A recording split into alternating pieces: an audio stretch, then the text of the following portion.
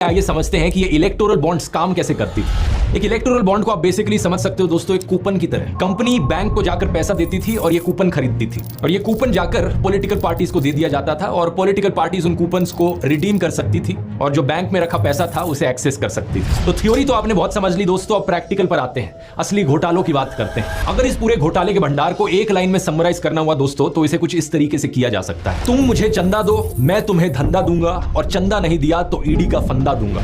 इन सभी घोटालों में तीन एंटिटीज इन्वॉल्व हैं। पहला पॉलिटिकल पार्टी जो सत्ता में है, दूसरा बड़ी बड़ी कंपनियां, और तीसरा आम जनता। इन तीनों के नीचे एक बक्सा रख देते हैं। पॉलिटिकल पार्टी के नीचे जो बक्सा रखा है वो चंदे का डिब्बा है, कंपनी के नीचे जो डब्बा है वो कंपनी के पैसे का डब्बा है, और तीसरा पब्लिक के नीचे जो डब्बा है जनता के पैसे का डब्बा है। अब सोचो, अगर सरकार जनता के डब्बे से पैसे निकालकर कंपनी के डब्बे में डाल दे, और रिटर्न में कंपनी अपने डब्बे से पैसे निकालकर पार्टी के डब्बे में डाल दे इलेक्टोरल बॉन्ड्स के जरिए, क्या आप इसे एक स्कैम कहोगे या नहीं कहोगे? ऑब्वियसली एक घोटाला